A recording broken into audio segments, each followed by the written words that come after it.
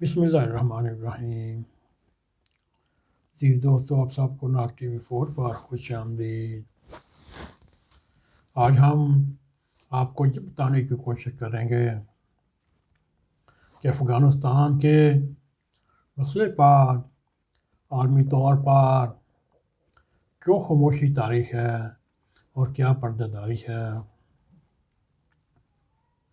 میرے عزیز دوستو، افغانستان میں امریکہ کے چند سو فوجی ہلاک ہوئے ہوں گے، لیکن اس کے برعکس لاکھوں افغان طالبان فورسز عام شہری لقمہ اجل بنے۔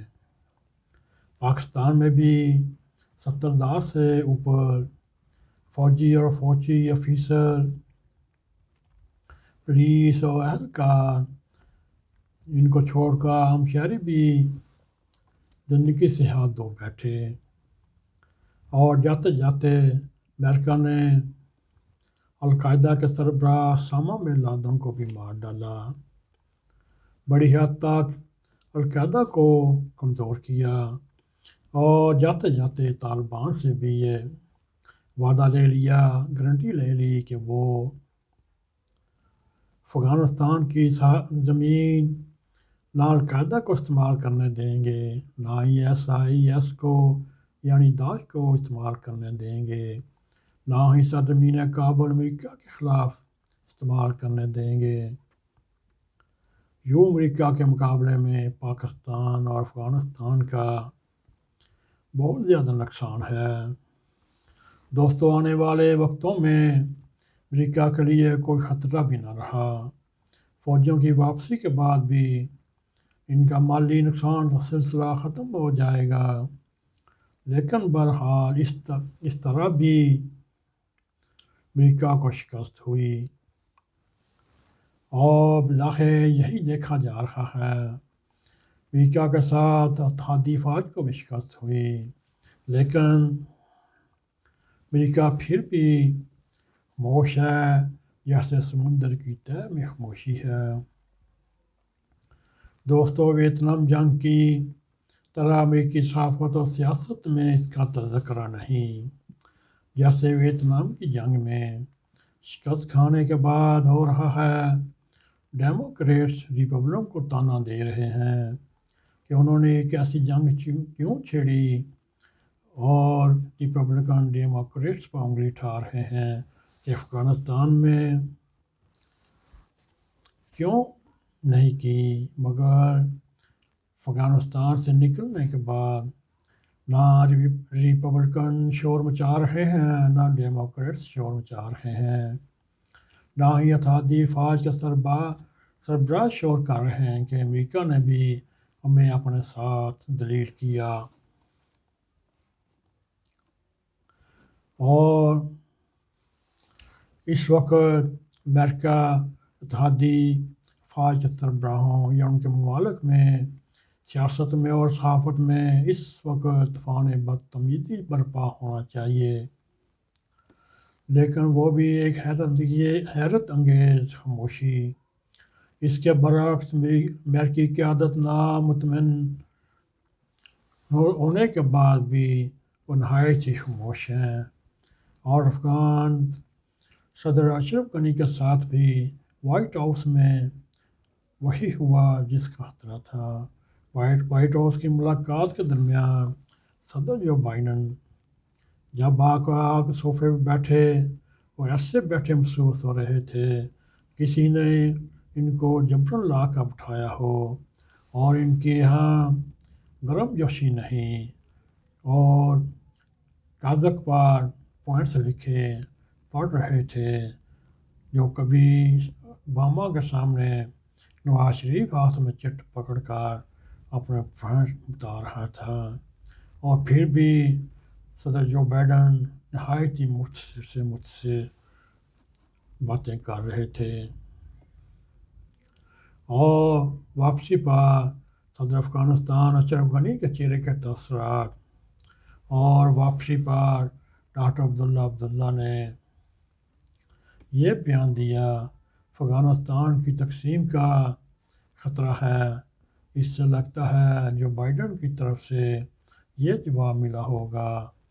آپ جانیں، آپ کا افغانستان جانیں، اس سلسلے میں جو بائیڈن کا پرسرار خاموشی اور ان کا اطمینان، یہ لوگوں دوستوں کسی کو نہیں پتہ لگ رہا کس وجہ سے اس کو اہتمام ہے۔ اور ایک اور پرسرار یہ ہے افغان فوج پہ در پہ ہتھیار پھینک رہی ہے اور سرنڈر کر رہی ہے۔ دیکھیں دوستو، اس طرح طالبان کا مورال بہت پسند ہے، اور لوگوں کے دلوں میں طالبان کی دہشت بھی دلوں میں بیٹھی ہوئی ہے اور ان کے ذہنوں پر بیٹھی ہوئی ہے۔ لیکن یہی افغان فوج گزشتہ 2 سال سے طالبان کے ساتھ مقابلہ کر رہی ہے اور طالبان کو کسی ضلع کے اوپر قبضہ نہ کرنے دیا۔ اور یہ دوستو اس وقت حیرت انگیز یہ کہ چند درجن طالبان کے سامنے بھی فوجی ہتھیار دے رہے ہیں، اور ماضی کی نسبت اس بار جو فوجی ہتھیار ڈالتا ہے اس کو راہ خرچہ دیتے ہیں اور ساتھ کلاشنکوف دے کر ان کو عزت کے ساتھ واپس ان کے گھروں میں بھیج دیتے ہیں۔ اور اس طرح جو سیکورٹی فورسز کے ممبران ہیں وہ امریکہ کا چھوڑا ہوا بھاری اسلحہ ہو وہ طالبان کے حوالے کرتے جا رہے ہیں۔ دوستو اس بار مغربی اور مشرقی صوبوں میں طالبان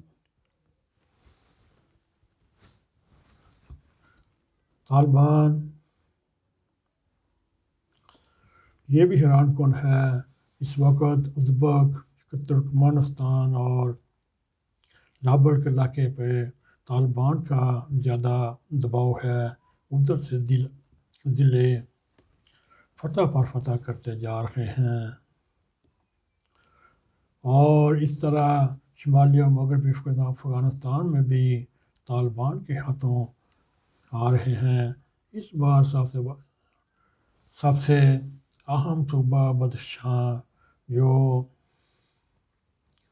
تاجکستان کے سرحد کے اوپر ہے، وہ گزشتہ دور میں بھی ان کے قبضہ میں نہ آ سکا، لیکن اب اس تاجک صوبے کے کئی اضلاع پر بھی طالبان قبضہ کر چکے ہیں۔ اور دوستو ادھر ضلع طالبان کی جولی میں گر رہے ہیں، اور ادھر زیر دفاع نظر نہیں آ رہے، اور وہ پردہ اسکرین سے غائب ہو چکے ہیں۔ بعد میں پتہ چلا وہ بیمار ہیں۔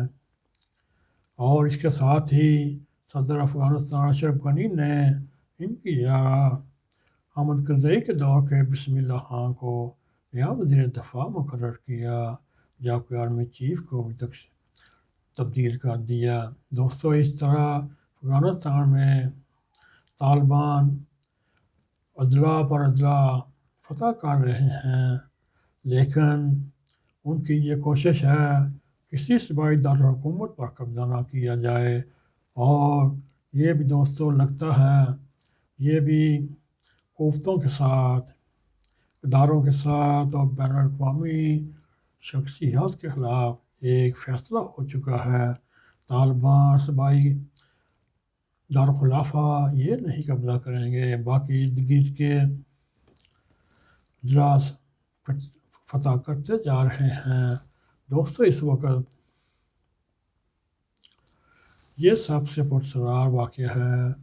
ترکی جو پاکستان کا دوست ہے مگر چین کا مخالف ہے، وہ اس طرح چانک میدان میں کودا، اور اس کا اس مسئلے پر انٹری دینا ایک نہایت ہی پرسرار واردات ہے۔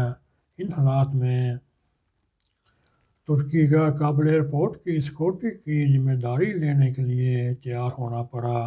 دوستو یہ پتہ نہیں وہ اس نے کس مجبوری کے تحت ایئرپورٹ کا کنٹرول سنبھالا، دوستو اسی طرح ترکی نے وسط ایشیائی ممالک میں بھی اپنا انٹرسٹ اچانک بڑھا دیا اور ایسے پراسرار دورے کرنے لگے، اور اب یہ بات سامنے آ رہی ہے ترکی کا بھی ابھی رول پرسرار ہے، کسی کو نہیں پتہ۔ لیکن دوستو ترکی چونکہ پاکستان کا دوست ہے، اس کے لیے ہمیں بہت سوچ سمجھ کر الفاظ نکالنے پڑتے ہیں، اور اسی لیے دوستو ہم آپ کو اس معاملے پر کچھ رہنمائی نہیں دے سکتے، کیونکہ یہ ترکی پاکستان کا ایک اچھا دوست ہے۔ اور دوستو ایک بار پھر یہی کہیں گے، آج اس ویڈیو تک اتنا ہی، پھر کبھی موقع ملا آپ کو بتانے کی کوشش کریں گے ترکی کیوں اس مسئلے میں اور دھمکا۔ دوستو یہ تھا افغانستان کا مکمل حالات، پاکستان کے حالات، دنیا کے حالات۔